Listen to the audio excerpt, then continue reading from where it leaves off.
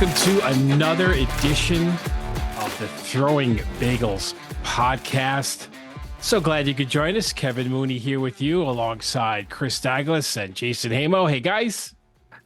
Top of the day to you. Oh, that's right. Top of the day. Top of the evening.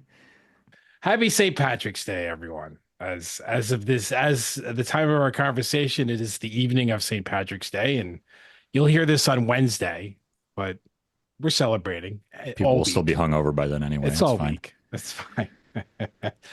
We have a fantastic conversation for this particular edition because, you know, Jason, Chris, and I, we've always spoken on and off about music, about our favorite bands.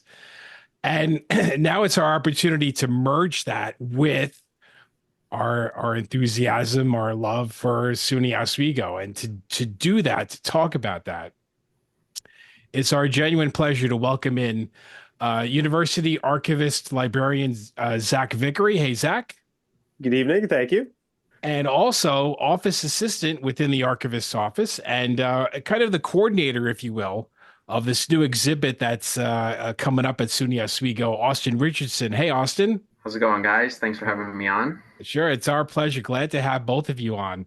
So let's get to it. So SUNY Oswego, you put out a call recently on social media asking for alumni to chip in, to share stories, maybe memorabilia about SUNY Oswego's concert history. So what led to the decision to, create this exhibit? When I first started in the archives was in summer of 2023, and in the archives we have this big exhibit case in our research room, and there had just been one exhibit up for a long period of time. I want to say like 15 years or so. So that had just been there for a while, and as a group we wanted to have a new exhibit. So we did this exhibit for Founders Day weekend for the 200th birthday of Edward Austin Sheldon. So we did that one. It went really well. And then we've done two other ones since then. And then we were trying to think of new ideas for the next exhibit. And I had noticed Zach will teach classes. And when he teaches the classes, he'll bring out different items or materials that he thinks students would be interested in. And I remember one of the ones was an Oswegonian. So we have all of the Oswegonians in the archives, all bound together. And he had pulled one out, and there was something mentioned, a concert or something like that. And then a little bit later, he had mentioned that Fly and the Family Stone had played at Oswego. And I wasn't like super familiar with them. But then I did a little bit of research, and then I noticed that I saw that Bruce Springsteen had played. And then I just went down this rabbit hole of all these different bands and great artists that played at Oswego. And Zach was definitely supportive and nice enough to back me on wanting to do a exhibit on all the different concerts and performances that happened at Oswego from the 70s to 80s. So you mentioned in the call to the alumni and everyone related to Oswego, you're looking for some memorabilia. What exactly memorabilia are you looking for? Is there anything in particular? Really just, we honestly don't really have that much. We have some of the concert posters, but as far as like ticket stubs, pictures, memorabilia, we really don't have much at all. So just building off of any kind of donations would be amazing. They're really the only pictures that we have are just what we have in the Ontarian yearbooks. So they used to do yearbooks every single year at Oswego, and some of the yearbooks have pictures from the different performances. So that's really the best we got right now, but we've already gotten some donations, and then there's more donations that are coming in. So we'll have a bunch of different stuff that we'll be able to use for the exhibit, ticket stubs, flyers. We have one alumni that donated the contracts for the different artists that performed at Oswego. So I'm really excited to check that out. And then as we build off of that, I'll make sure to update the post that I had made on the Facebook and let everyone know how it's coming along. But so far, it's been amazing, and I'm really excited with the different stuff that we've gotten and will get. Depending on these on the donations and what they are is Oswego going to keep some of them, or are they going to return the donations? Obviously a ticket stub. Like if I gave you a ticket stub, you can have it. But if it's something maybe like a bigger ticket item, like eventually is Oswego, or is it people just saying here, just take it? I want Oswego to have it.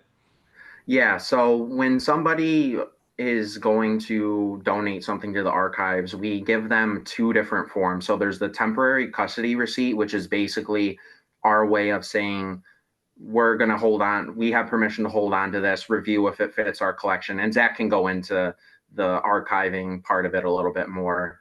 So basically with the temporary custody receipt, we get permission to hold on to it and make sure it fits our collection. And then there's the D to get form, which is just basically the donator acknowledging that they're going to donate it to the archives and it'll live in our collection. And Zach pretty much handles that part of it with processing the collections and getting the donations and all that different kind of stuff. If Zach wanted to expand on that a little bit more, but yeah, we plan to keep pretty much everything that we'll get, aside from maybe a few things that don't exactly fit our collection.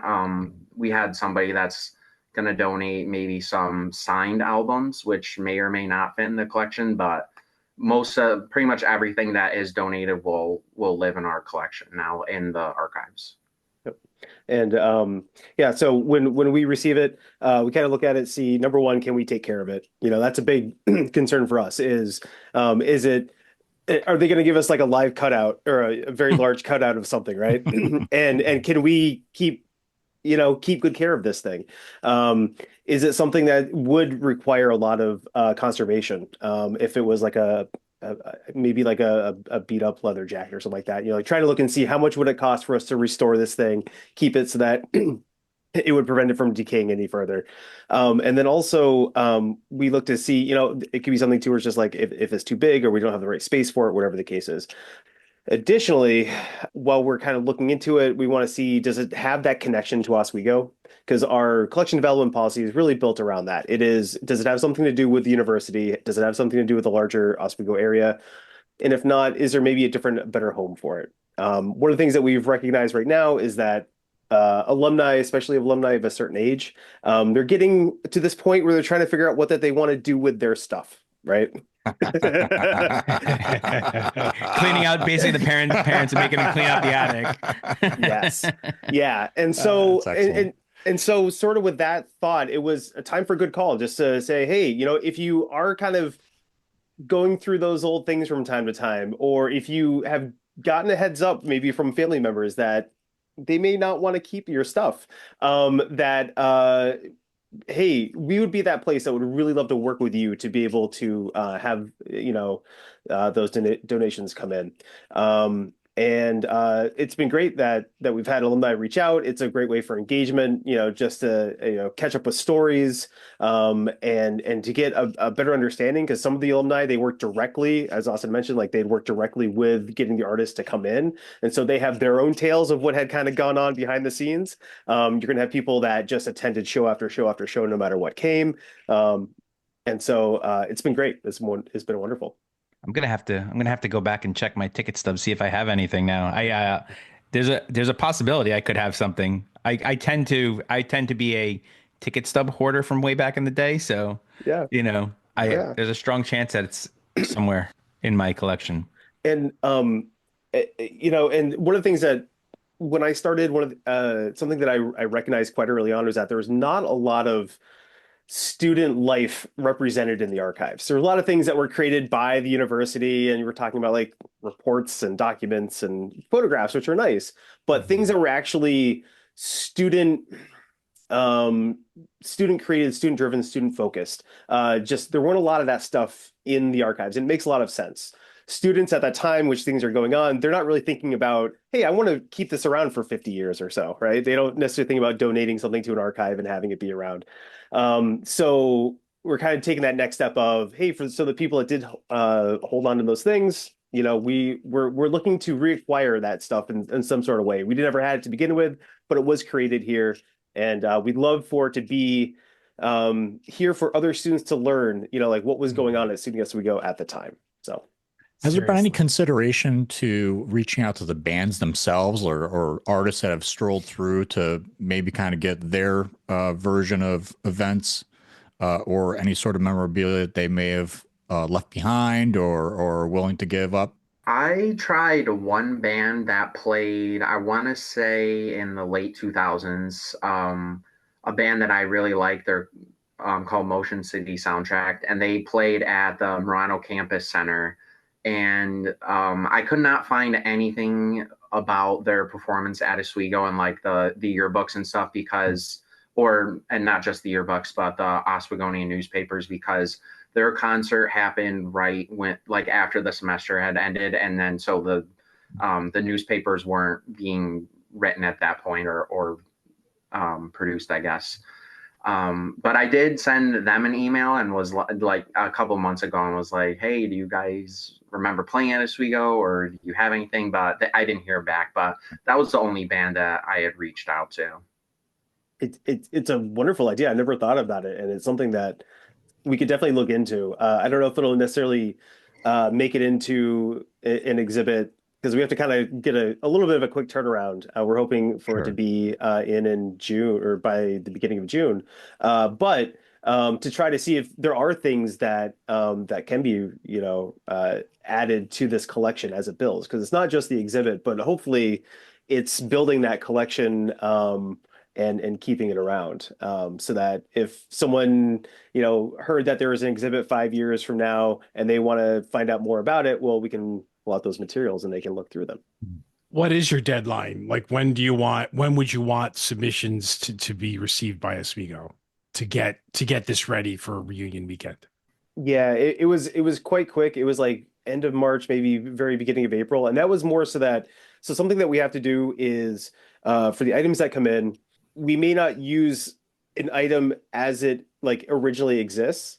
So it might be, for example, like ticket stub. We could have like a ticket stub or so, but if we scan a bunch more and then create it into a much larger sort of mosaic or into a timeline of sorts that would be printed out, we got to build in that time to be able to scan it, get it together, send it out to a printer, have it come back, install it, all that stuff. So that's why we had kind of created this kind of short deadline, but we also said to people that they could still donate even if it came in afterwards. There was one alumni who reached out, and she said that she was down in Florida for the winter, but all of her stuff was up in New York, and so when she'd be coming back, it'd be just after the deadline. And it's like, no problem. If you want to donate your scrapbook of concerts, absolutely, we would love to be able to have that. But we've also, it's an opportunity where if someone had the ability to sort of take a picture or scan something in a very high quality, then we could use that and then add that into the exhibit as well. Sure.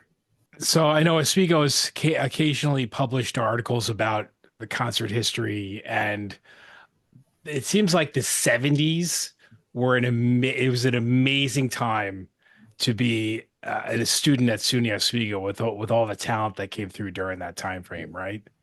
Yeah, it's absolutely insane. Some of the artists that played at Oswego you have Billy Joel playing 3 times in the 70s. I think he played in 71, 73, and 77. So, and that was pretty much right when he was at the peak of like his popularity, I would say. And then of course you have Bruce Springsteen. And then just before that, Jim Morrison and the Doors, they played at Oswego as well. We actually just got a donation of a flash drive that had some really, really good pictures of so before that they played at Oswego, they went and they did an interview in one of the locker rooms at Oswego, and that whole interview is on YouTube. So there's pictures of that. There's pictures of them performing. I want to try to get that into the exhibit, but it's tough because we want to just focus on the 70s or the 80s, but that's definitely something I want to try to get included or mentioned or something like that. And the interview was really interesting too. That is on YouTube. And I believe that when when the Doors came, that was like during orientation week. So if you can imagine as a student, I kind of have this hypothesis that, at that time it was, here's a way to recruit students to come to your university, book a band, and it's going to be during that first week that students are here. And so if they're kind of thinking about what school that they're going to end up at, like maybe you're shopping around to see, what's going to offer a good thing to open up the school year with, or just another way to entice students to come back, after maybe a year or two at SUNY Oswego. So yeah, I found that to be quite interesting, just like starting the year off with a really big band like that, not something that we typically see now, but back then it was something that was going on. Man, that's crazy. Move Could on you to imagine campus. that? Here come the Doors. You know what I mean? Like, how amazing would that be? Walking out of campus hearing that. Yeah. That's Playing in the awesome. middle of campus. They're literally sitting Right? there by the fountain just playing. Right. So the three of us went to Oswego. We attended Oswego late 90s and up to 2001. I remember some of the acts, but for those that do not know, who were some of the acts that came through during that time? I don't know a ton that happened at that time. I do know probably the most infamous one was Busta Rhymes when he came to. Oh yeah. Yes, I remember that one well. Yeah, so I think what I had read was he was really late getting there, and there was kind of like speculation of why he was late to getting to Oswego. And then he came out to perform, but then I guess the people that like the media around that were taking pictures and stuff, he didn't like how close they were or something like that. Like he was not happy with how the media was treating him. So then he said, I'm just not gonna perform. And then he went back to his bus, and then he did come back a second time, and then he did perform and stuff.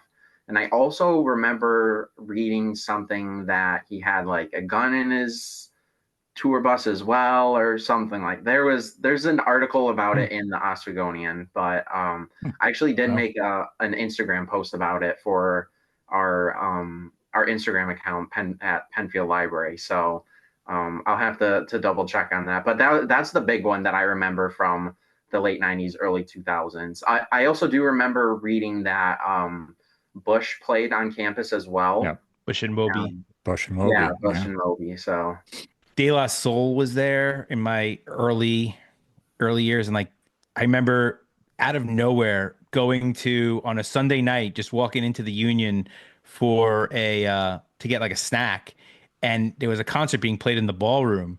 And I'm like, what is this? And I go in, and I honestly, at the time, surprisingly enough, didn't even know much about De La Soul. And like, it was put on by the Black Student Union, the concert. But I remember walking into the ballroom, and I'm like, sweet, a free concert. I was just like standing in the back, but so they were there. Lauryn Hill was there. Who else? Geez. Wyclef Jean.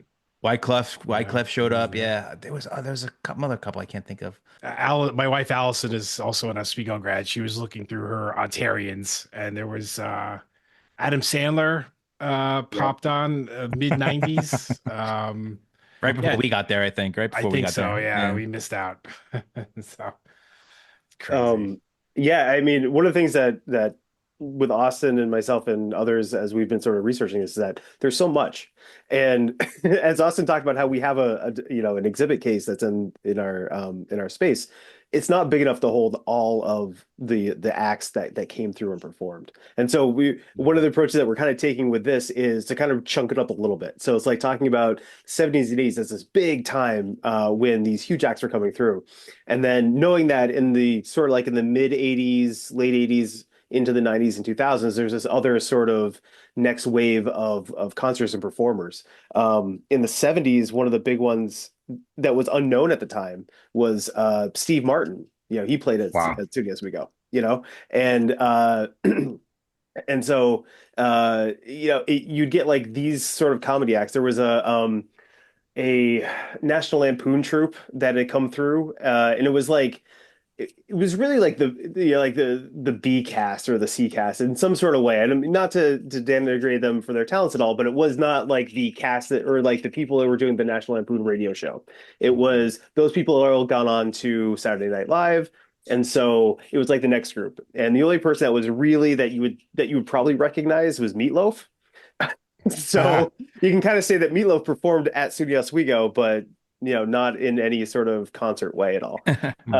But yeah, like that sort of history is quite constant through the history of SUNY Oswego, and yeah, so we quickly realized that if we try to do all the concerts, the history of it would just be too much. We'd have to really break up and be like, hey, maybe next year we'll do the next half of concerts and how they exist. So if there are those people that have stuff from there and would like to donate, that would help us get ahead of the next exhibit design.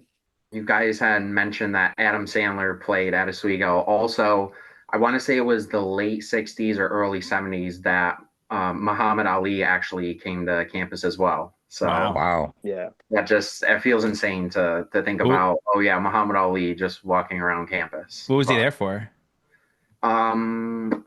Zach, correct me on this if I'm wrong. I think the Black Student Union brought him in. Yeah, and this was 71, I think it was. So it was Vietnam War is going on. It was during Black Week, and I think it was either the first or the second one. My memory is a little bit hazy on this, but it may have been the same year that they also had Roberta Flack come in and she played as well, and like that was another big thing. And there was Richie Havens came in and played. Not too long after that was War. And there's a couple other ones that have just recently coming around. I'm like, wow, even just as the bands that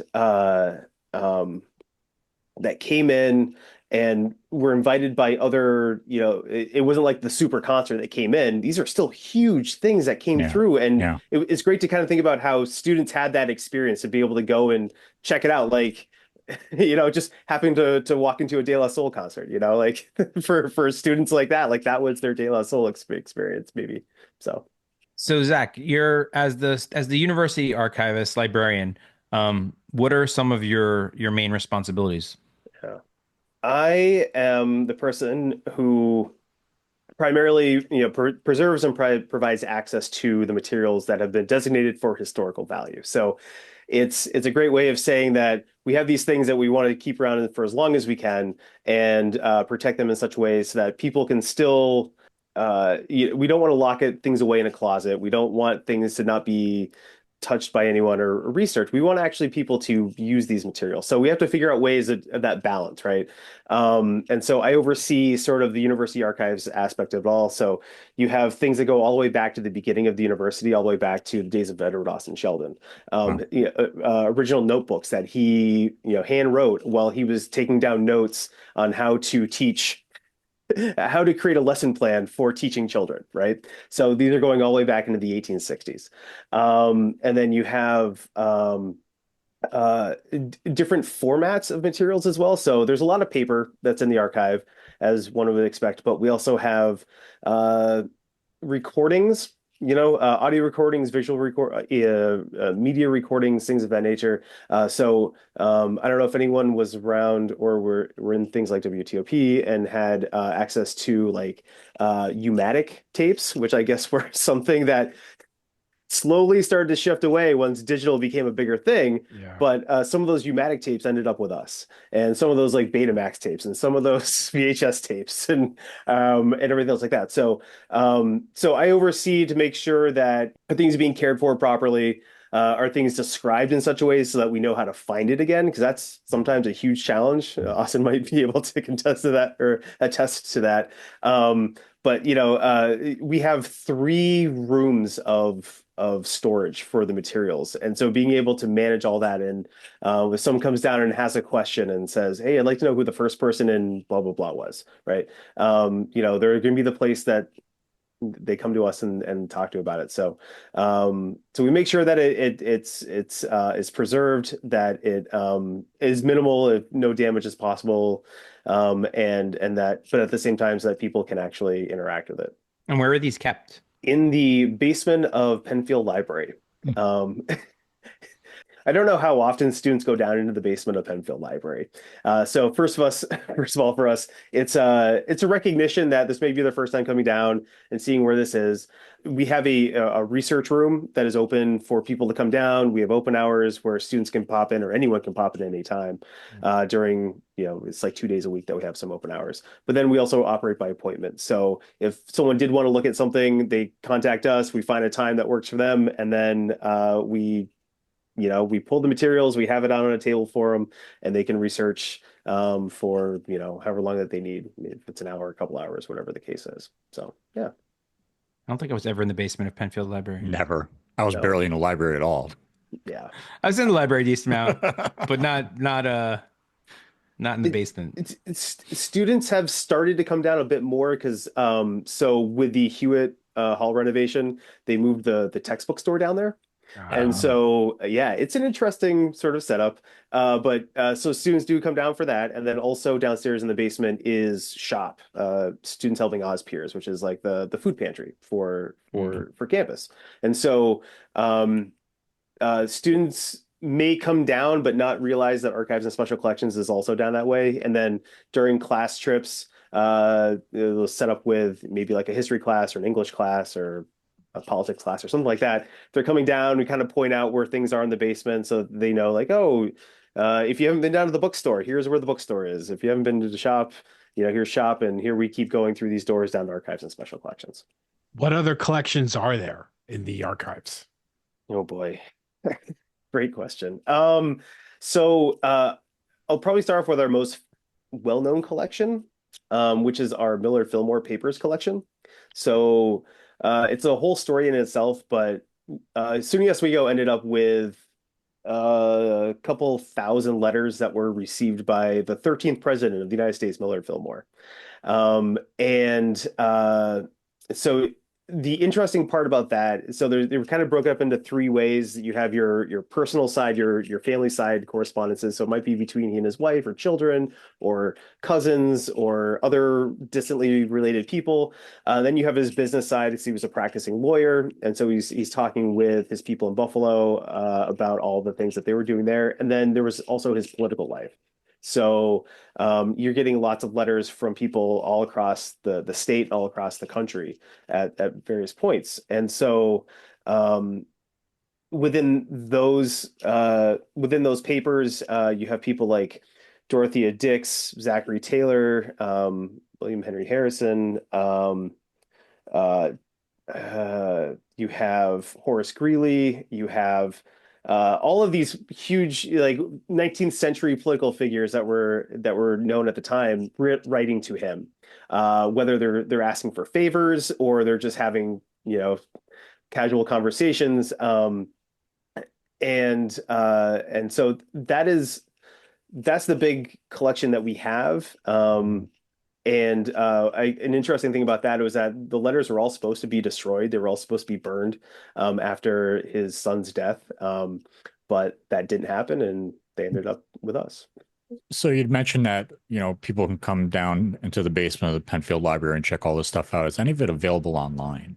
Yes. So we, like with the Millard Fillmore letters, we've actually been working on that for a number of years now, getting those up online. Austin has been working on that quite a lot to get those up, and with some students, workers that we hire as well to help out with that.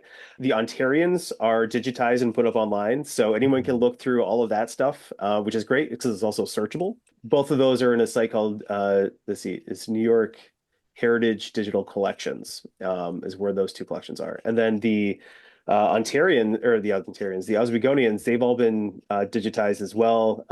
They're in the New York State Historic Newspapers website, which is another just absolutely great website. I think one of the great things about that is you can, a lot of different SUNYs and other universities around have digitized their newspapers and put them up in there.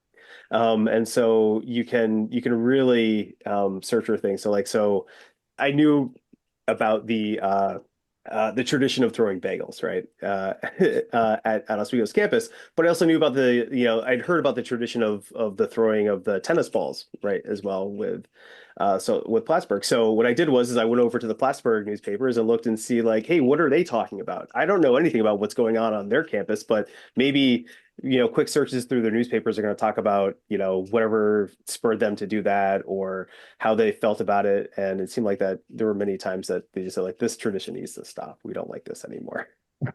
So I don't know how they felt about the bagels, but they definitely were with the tennis balls. It was a little bit of a like, maybe this has run its course. We don't know anymore. But the newspaper site is great. And we're hoping we applied for a grant to be able to digitize more of the Oswegonian newspapers so that they'll be put up online, continue that. So the newspapers only go until 2010. So we're looking to digitize the rest of those, put them up online. Is it a lot of work to digitize the newspapers? Yeah, we're actually our plan is to outsource this. So we would actually microfilm and digitize it at the same time. You kind of think like, well, why microfilm it? You just digitize it and it's fine, it'll work. But the microfilm, we know it lasts longer, which is kind of a scary part. Microfilm, it'll last, 50 years or more, quite easily. We can count on that. This has been documented. The digital record should be around for a long time. It's always about what sort of care has been taken with the digital files and making sure that they don't get corrupted, right? That's the last thing you want to have happen because how do you go back? You're hoping that all those files are backed up somewhere. You're hoping that someone doesn't accidentally delete that folder or something like that, right? So we do it both at the same time. That's the approach that we're taking is you have your backups, you have your physical backup, you have your digital, and then you're definitely using the digital to go out online, but you have the physical just in case. And it doesn't take up any space at all physically on a shelf, to have the microfilm. So Besides what we already discussed, what are some of the most prized possessions in the archives? It's a little bit easy to say the Edward Austin Sheldon death mask as the most interesting thing. Basically, when Sheldon died, they buried him, and then I think it was staff or students. Basically, they wanted to do something to honor Sheldon, so they got permission from his family to dig his body back up, and then they basically used like kind of the molds. I kind of envision it like when you get the newspaper and put it on like a balloon for in like arts class. So supposedly they put that on his face to like create a bust out of that. And then that same bust it's not like 100% that it's the same exact that one that's part of the Sheldon statue that's outside of Sheldon Hall, but it's like the exact same thing. So we actually have that death mask in the archive. So I think for most people, it's not going to be that valuable because they probably don't know who Sheldon is. But for anyone around Oswego, I think that's the most valuable thing that we have. it's definitely the thing that people. It may not always be the thing that's most requested, but it is something that once people hear about it, they say, "Oh, I have to see that now." I never heard of this until just now. Yeah. Yeah. Me. Yeah. And we actually did the kind of neat thing with the Austin had mentioned earlier the exhibit that we done a couple 2 years ago, I think almost at this point now, which was for the 200th anniversary of Dr. Sheldon's birth. So that was in October 2023 was when this exhibit was created for. And one of the art professors on campus, we had known he had actually taken a 3D scan of the death mask. And so Austin had reached out to him and said, hey, do you happen to have a way to 3D print these? Because he had done like a smaller version of it. And so it wasn't, no, it was. It was available for that exhibit, which was like these little keychains from the death mask. And so we still have them. If you come downstairs, you can get one for free. But it was sort of taking that thing of here's the death mask, and you can have your own little personal death mask to bring with you of Edward Austin Sheldon, which was kind of neat. In different ways, my thinking of like what's the most unique thing or what's the coolest thing that we have, it maybe changes daily. unfortunately. And I do think about things like the notebooks from Edward Austin Sheldon, and for some, like that is that is massively, it is incredible that we have those. You can see his handwriting, you can see kind of how he was forming what how we came to be, and how many schools actually have something like that they can point to. How many schools can say, here's what our founder did, and in such a way where it was kept, and you could go down and you could literally open it up yourself and read through these things, right? I'd say that, but in archives and special collections, what we get contacted quite a bit about is sort of legends at Oswego. And they want to know certain things like, was a car buried on campus? Or, I've heard that there were ropes on campus, or that, there was a football team that was on campus, or things like that. So, we're the ones that kind of, get contacted about that. And then when I think of it as a collective as a whole, it's really cool that we have all these things that we can then go back to and look at, because not every place has this stuff. We're unique, first of all, in what we have, but then not everyone has the same luxury with the amount of things that have been just kept and preserved over time. So was there a car buried on campus, and were there ropes? Absolutely, yes. There was a car buried on campus, and it was buried. Wow. It was buried outside of. Oh, that story is so great. So the car is buried on campus. It was buried right outside of Culkin Hall, and it was buried as part of the first Earth Week celebration activities. Right. So students thought that this is going to be a great idea. We're going to buy a car, and we're going to parade it through downtown Oswego. They towed it up Bridge Street all the way up to campus. The night before, they dug a hole right in front of Culkin. Somehow they got permission to dig a hole in front of Culkin. Oh my God. Like in front of the main entrance of Culkin? Yes. And the whole thing was they were going to it was going to be the death. They were going to celebrate the death of the internal combustion engine. That was the whole point of what they were doing. So they get the car up, they say some words, they push the car into the hole. They realize that they didn't dig the hole deep enough because the car is still sticking out.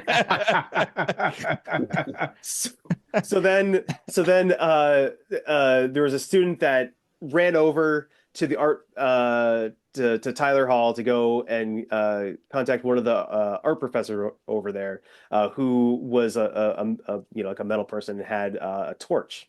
And so they got him to wheel his torch over there, cut the roof off the top of the car, and then they threw trash for whatever reason into the car, buried it, and then said, "Great, we've done our job." And then what gets asked about is the car still buried there? And the answer is we don't know. Well, let's find out. We got to dig it up. I know. I mean, it's all concrete now. Yeah, we just excavate it.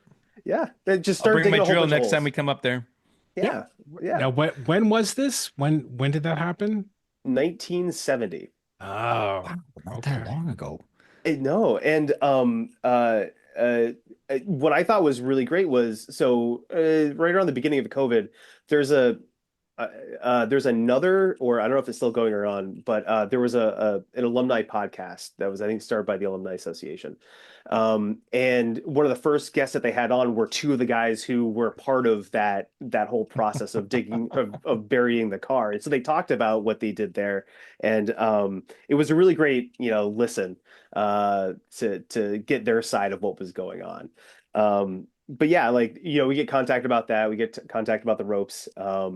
So many times. And I take the stance that Al Roker takes, which is that there are no ropes on campus, especially for the purpose of getting from building to building. Now, there were ropes on campus. I will happily sort of, agree to that. But the ropes for the intended purpose for people to get from from building to building because of the wind doesn't quite jive with what was going on. Now, I've also had alumni, been in deep conversation with them, say, you cannot tell me that the ropes did not exist. I put my hands on the ropes, they existed, and end of story. And I say, I hear you, I understand. There definitely were ropes on campus. So yeah. I don't ever remember there being ropes on campus. No, we didn't have any. They may have been like stay off the grass ropes, Yes. like Yeah. And there definitely were ropes when they were building West Campus, and I guess there was like that bridge area that Mhm. that crosses over Glimmering Glass, like that was under construction, and so you would imagine that during the wintertime you'd want to make sure students aren't accidentally like falling over the sides of this construction area.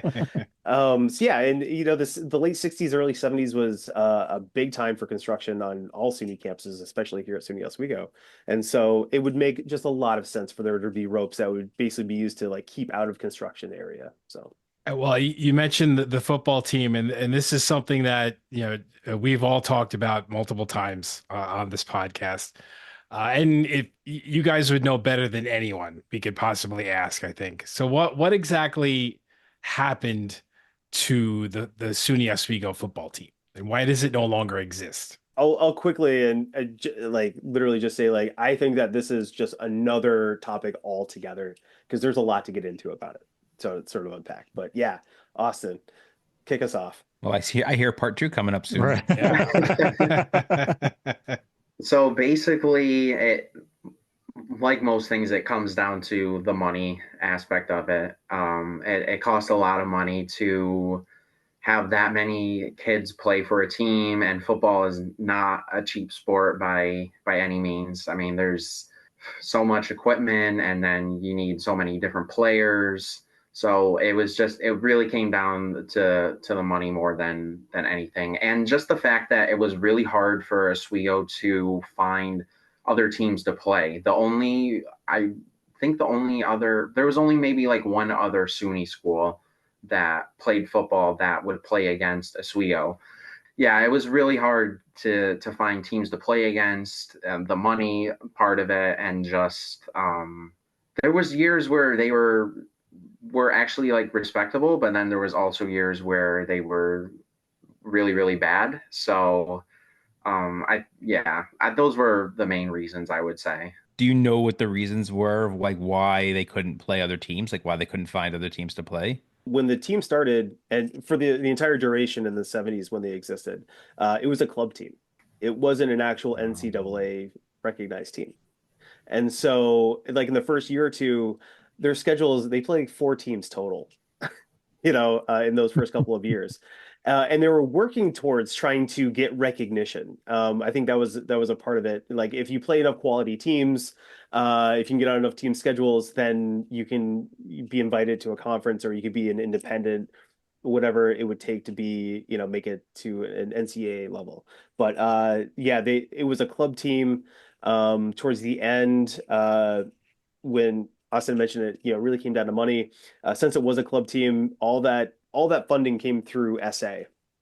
And in that year where it was finally voted down, there were 11. So there were with a football team, there would have been 12 men's teams that would have been funded by SA.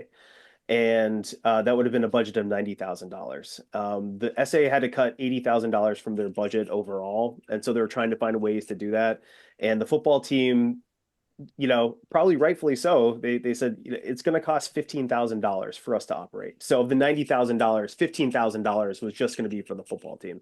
And so a resolution was made to say we'll fund 11 teams for student association or for men's recreation association, except for football. And they explicitly said, except for football. So that cut it down, a good bit.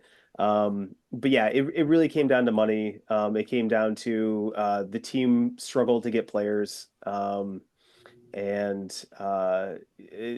towards that end, I mean, their seasons, they would be, they'd maybe get like one win a season, and they were probably playing like 6 games, and then that was it. Evidently as well, shockingly, as you might think, that the weather was not necessarily always a great thing for the football team. Don't say. Yeah, in the final year that the team existed, the coach talked about how they were switching up the predominantly long pass offense to a more conventional maintain possession, run the ball, because it just suited the team better. But it was really the thought that, the weather played a major factor in how well that they did. So if they ran the ball a lot, they had a better chance of winning. So what was the last year? 1976, 1977 season.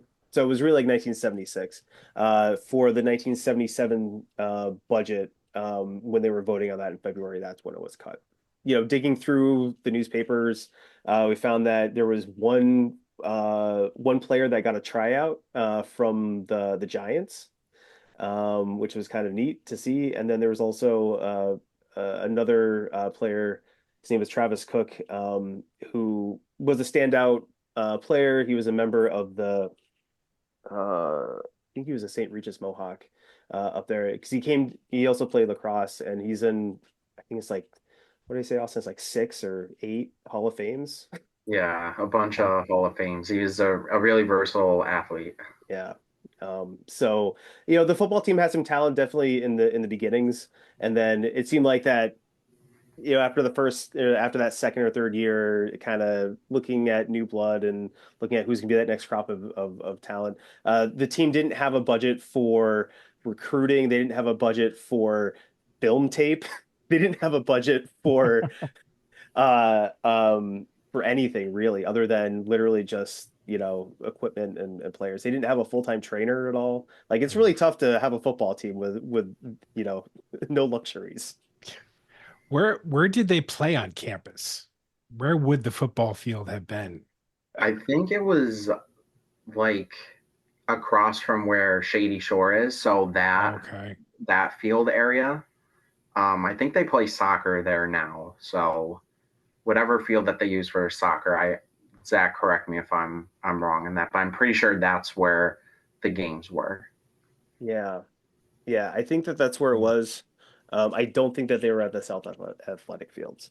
There's definitely some photographs from the football team where you can clearly see, like, very up close the power plant and the smokestacks that were there. That's always a great thing. I love using the photographs and viewing those to be like, okay, so if I can't tell exactly, like what I'm looking at on campus, can I see anything else around? Like, where's the smokestacks? It helps to orient everything. Yeah. True. Well, on your way home, you could always find the smokestacks. Yeah. It's true. Zach, Austin, thank you so much. This was so much fun, and I can't wait to go and check out the Death Mask. So I'll be there. Yeah, you guys got to come down and get your free keychain, and we'll show you all the cool stuff down here. Excellent. Sounds good. Thanks again. This was great. And good luck on the exhibit. We're looking forward to seeing how it turns out. Definitely. Yeah, thank you so much for having us on. And like Zach said, we could spend a whole episode talking about the football team. I think we might. Yeah. Right. Yeah, thank you all very much for having us on. And if there's any other things that come up, feel free to reach out to us. Like, hey, we've heard this thing, or I seem to remember that this thing happened on campus. We field those questions all the time. So you can email us, archives@oswego.edu, and we'll devote our time to answering questions that you have, or your listeners have, or anyone has. So cool. Thank you. And thank you. And go Lakers. And that was University Archivist Librarian Zach Vickery and Archivist Archive Office Assistant Austin Richardson on the Throwing Bagels podcast. And man, we could literally put together probably 3 or 4 podcasts about concert history, about the football team, about all kinds of stuff, interesting stuff that's taken place at SUNY Oswego, because we're talking about 150 years plus of stuff that's gone on. So that was really great. Just some of those bands that came there, and that they could tell you about it's just insane. It is really cool. Can you imagine, like we were saying during the show, like, I mean, the Doors. Could you imagine, like, it's opening weekend, right? Orientation weekend, and the Doors are just jamming out in front of the fountain, like you said. No, I can't imagine something like that. It's like so amazing. You just roll up on campus and you're like, "What's that noise?" Right? All of a sudden you're like, "What's that racket?" What? That's cool. That would be awesome. So my hot take about one of the bands that was mentioned, Bruce Springsteen. Heard of him? Overrated. Wildly overrated. I don't care. Don't tell one of my good friends about just that. Just wildly overrated. Just get out of here with Bruce Springsteen. Just get it. I'm over it. Over Bruce. You're over it now, or you over it a long time ago? Been over it. You're not the first person I know that's ever said that. He is one of those I find you either love him or you don't, or you hate him. Like I don't find many people that like are just in between the two. I actually am in between the two. I don't love him. I don't hate him, but his music is some of his music I like, and some of it I'm just like, eh. But how is it that predominantly males in the media love Bruce Springsteen?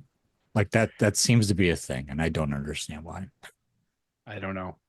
Do you not like Bruce Springsteen either, Kevin? So I've kind of gone from I don't like him to okay, he's a pretty damn good singer-songwriter, and I give respect to singers who can write songs, right? So I respect that as well. I just think he's wildly overrated. I think if you think he's overrated, I can't argue because I don't see it. But then again, there are people who love him, absolutely love him. And I know people that have been to like I don't even know count how many shows. Like they go every summer. Every time he's out, they go. Growing up in Staten Island, like my God, every other song was like Bruce, the boss. If I hear "Born in the USA" Jersey. one more time, and that's the thing. Like people don't even understand what "Born in the USA" is actually about. Yeah, it's not what you think it's about, right? It's at all. Yeah, Jersey loves their Bruce and loves their Bon Jovi. Sure do. Yes. So we were talking the other day about the concerts that we remember on campus, and it was mentioned earlier that Bush and Moby were there together for I think it was the Campus Invasion tour, and I believe it was 2000. And I went to a party, a pregame party. Mm-hmm. Went to a pregame party, and totally normal. Everything was fine up until a certain point. And then I'm at the party, and we're drinking, we're eating things we probably shouldn't have been eating, like brownies with things inside of them. Wow! And unbeknownst to me, the brownie that I had eaten, that I was expecting to have something in it, which did have something in it, had something extra in it. Ooh. That I didn't know, which was liquid acid. And let me tell you, first of all, I would not have eaten it if I had known that, number one. Wow. So I eat it, and I didn't think anything of it because, it is whatever. Mm-hmm. And I'm fine. Doesn't hit me right away. And we get to the concert, and we're there, and we're at the concert, and then the band start playing, and it hit me, and I literally just stood in one spot, didn't move, stared straight ahead, and literally was a statue. And and here's the thing, like I didn't trip. I didn't see anything. I just literally was like in a zone. And I just stood there, and it could have been the other stuff that was in the brownie as well, a combination of the two, but I stood there. And I just stared straight ahead. And my friends came over to me at one point and were like, "You okay?" And all I did was just go. And that was it. And shaking your head. That's it. That's all you did. And eventually it wore off. Eventually I started to come off of it. And then I found out like a day or two later that the girl who threw the party, it was one of my housemates' friends, and her brother laced them with it. And I was pissed off, obviously, because I was like, like you gotta give people a fair heads up. Like, I'm sure there's people that would have been, sure, fine, go, let's do it. And then there's people like, I would like, no, I'm not doing that. So, but I guess it's safer than doing a tab of acid. I don't know. Yes, I don't know if you're just sitting there bobbing your head to Moby, like, then Bush comes on and glycerine, and you're just like, yeah, glycerine. Yeah. So that's my story. That's interesting. Yeah. I've never had that experience before. I didn't know I did until, after the fact. I can tell you about a gummy I took once. I thought it was a certain milligram, and it was way, way more. Oof. I've never seen so many pinwheels in my life. Amazing. Can I just say that for about a year and a half, I was a night auditor at the Statler Hotel on the campus of Cornell University. And so I'd work overnights. And there would be concerts at Barton Hall, which is right across the street from the hotel. And one of the most famous concerts in history was the Grateful Dead, played there in 73, I think it was. Mm-hmm. And that bootleg of that concert has been circulated worldwide. Oh, yeah. It's one of the best concerts they've ever done. Mm-hmm. So a collection of, I forget, some of the surviving members of the Grateful Dead played a concert at Barton Hall. I think it was the celebrate one of the anniversaries of that concert. And the concert ends, I don't know, 11-ish, 12-ish, midnight, whatever. And the wave of pizza orders shortly thereafter and other kinds of food. I had never seen the sheer number of delivery drivers coming in and out of the hotel that night. I had never seen that before. I had never seen it again after that. But I'm like, yeah, that tracks. Yeah, it makes sense. Totally makes sense. Yeah, for sure. I can see it. Well, I think that'll do it for. Well, you know what? No, it's not going to do it because I think we have something else to talk about. We want to congratulate the Oswego men's and women's hockey programs, of course, on fantastic seasons. The Oswego women should have gotten an NCAA tournament bid. They got shafted. They got robbed. Shafted. They lost. So they lost the SUNY championship to Plattsburgh, and then they got they hosed. Basically, the statistics said the rankings that they used to determine who gets in, Oswego missed it by less than 1/100th of a point or something ridiculous like that. That's how close it was. They were basically the last team out, or the first team out, wherever you want to say. If there had been an extra spot, it would have been Oswego's. That's how close they were to making it. But the math is what it is. I mean, if you look at me, Oswego had the better record. They had the higher ranking. They made it to the conference finals.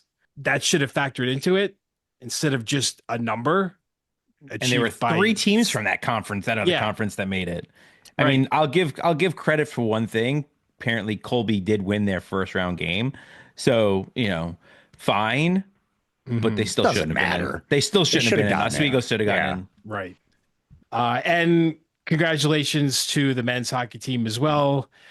A fantastic 5-2 drubbing of the Plattsburgh Cardinals in the SUNY championship.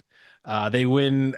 It was amazing, guys. Allison and I got there, not even 90 seconds in, they score the first goal. They score the second goal shortly after that. And all in all, 5 goals in the first period. Oswego's staked to a 5-0 lead, and they just hung on. Plattsburgh made it kind of dicey at points because she chipped back to make it 5-2. And once you make it 5-3, who knows, man? Yeah. But Oswego held on and kept Plattsburgh off the board the rest of the way, and that was just a phenomenal victory by SUNY Oswego.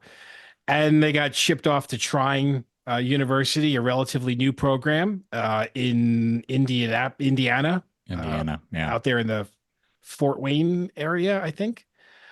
So Oswego fell to them 4-1, and their season is over, but just fantastic seasons by both teams. So congratulations, Brad, to Coach Gozick and Coach Digby for that. Yep. The men's team is a pretty young team, so I feel like that can only that can only benefit them going forward. For sure. So that will do it. I think we had to mention that. Yes.